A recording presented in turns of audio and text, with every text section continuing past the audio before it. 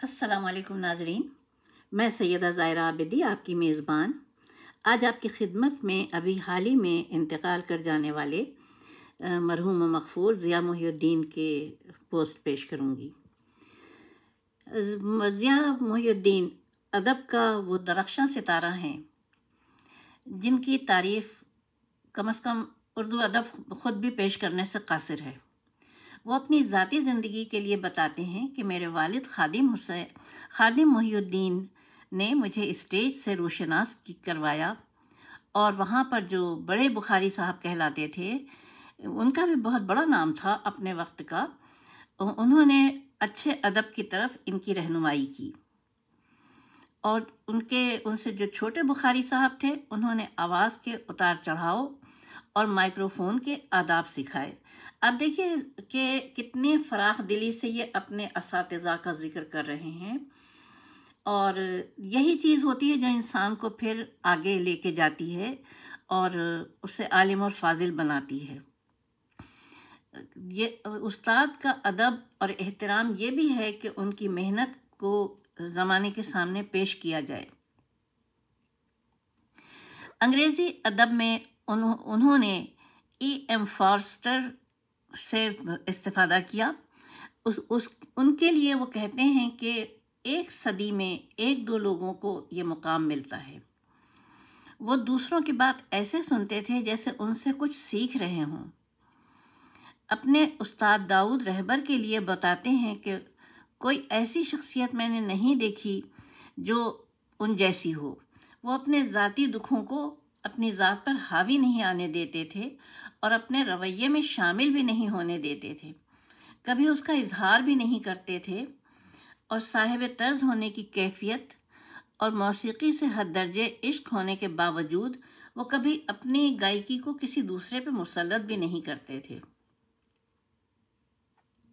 نون میم راشد یہ ایک متنازعہ شخصیت گزرے ہیں ادب کی، لیکن ان کے لیے بھی وہ کہہ رہے ہیں کہ مجھ میں راشد صاحب کی کوئی بات بھی نہیں آئی۔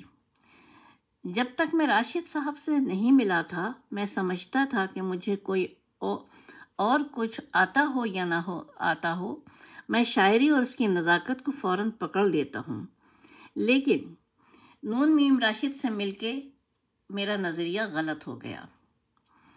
ضیاء محی الدین صاحب کی ذاتی زندگی کچھ ایسی تھی کہ 5 بہنوں کے سب سے چھوٹے بھائی تھے، اور ان سے پہلے ان کے 3 بھائی اللہ کو پیارے ہو چکے تھے۔ 5 بہنوں کے بعد ان کے والدین کے آنگن میں ان کا آنا ایک بڑی خوشخبری تھی۔ ان کے والد خادم محی الدین جو خود بھی تدریس سے وابستہ تھے، اس کے علاوہ موسیقی اور ڈرامے کے شعبے بھی ان کے پاس تھے۔ موسیقی اور ڈرامے کے موضوع پر چند کتابوں کے وہ مصنف بھی تھے۔ چنانچہ ان کی دلی خواہش تھی کہ ان کا اکلوتا بیٹا بڑا ہو کے بڑا آدمی بنے اور ان تمام شعبوں میں نام پیدا کرے جن سے کہ خادم محی الدین خود وابستہ تھے۔ چنانچہ ضیاء محی الدین نے سینٹرل ماڈل اسکول سے تعلیم حاصل کی، اور اسکول کی تعلیم کے دوران ہی انہوں نے ایک ڈرامہ کیا، اسٹیج ڈرامہ جس کا نام دیوتا تھا۔ اس اسٹیج ڈرامے میں ضیاء محی الدین نے ایک چھوٹے سے اسکول کے طالب علم کا کردار نہایت خود اعتمادی سے ادا کیا۔ اسکول کی تعلیم ختم ہوئی تو وہ گورنمنٹ کالج چلے گئے، جہاں انہوں نے گریجویشن تک اپنی ایجوکیشن مکمل کی۔ تعلیم کی تکمیل کے بعد وہ ریڈیو پاکستان سے وابستہ ہو گئے، جہاں ایک طرف پطرس بخاری جیسے بلند قامت ادیب تھے، رفیع پیرزادہ، ذوالفقار علی بخاری، رشید احمد اور شوکت تھانوی، یہ تمام لوگ وہاں پہلے سے موجود تھے۔ چنانچہ ان کو ایک بنی بنائی محفل مل گئی ضیاء محی الدین کو، اور اس زمانے میں مارکت الآراء پروگرام ہوا کرتے تھے۔ چنانچہ ان کی جگہ بڑی اچھے طریقے سے نکل آئی، اور انہوں نے احباب کے انٹرویوز لیے، یونیورسٹی کے طلباء کا پروگرام کرتے رہے، نیوز براڈ کاسٹنگ میں بھی شامل ہوئے، اور اس کے بعد پھر سن 1951 میں کولمبو پلان کے تحت یہ چلے گئے۔ آسٹریلین براڈ کاسٹنگ کارپوریشن میں ان کو تربیت کے لیے منتخب کیا گیا۔ اس فیلوشپ نے ضیاء محی الدین کی زندگی کو بالکل بدل کے رکھ دیا۔ ضیاء محی الدین کہتے ہیں کہ آسٹریلیا میں مجھے احساس ہوا کہ میری منزل ریڈیو نہیں، تھیٹر ہے۔ چنانچہ وہ ایک طرف براڈ کاسٹنگ کی تربیت حاصل کرتے رہے اور دوسری جانب انہوں نے افسانہ نگاری کو بھی اپنا منزل مقصود جانا۔ آسٹریلیا میں قیام کے دوران ہی انہیں افسانہ نگاری کا شوق ہوا اور ان کی کچھ کہانیاں لاہور کے ادبی پرچوں میں شائع ہوئیں، مگر انہوں نے اپنی ان کہانیوں کو خود سے رد کر دیا۔ انہوں نے بتایا کہ ہمارے سارے گھرانے میں لکھنے لکھانے کی روایت تھی۔ میرے تایا پروفیسر ڈاکٹر شیخ محمد اقبال تھے، جو کئی اہم کتابوں کے مصنف بھی تھے، مرتب بھی تھے اور مترجم بھی تھے۔ ان کے بیٹے داؤد رہبر مستقل لکھا کرتے تھے۔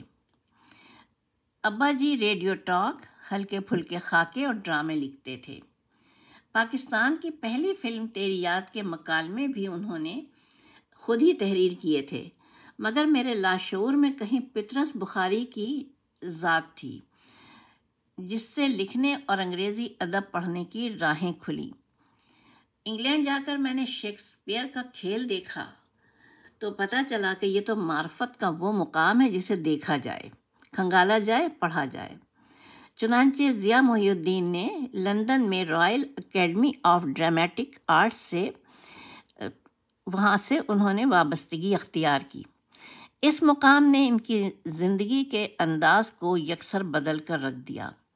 اب ڈرامہ ہی ان کا اوڑھنا اور بچھونا ہو گیا تھا۔ وہ بی بی سی سے بھی بطور پروڈیوسر وابستہ ہوئے، جہاں انہوں نے 1.5 سال بطور پروڈیوسر خدمات انجام دی۔ سن 1956 میں اپنے والد کی علالت کی وجہ سے چند ماہ کے لیے پاکستان آئے۔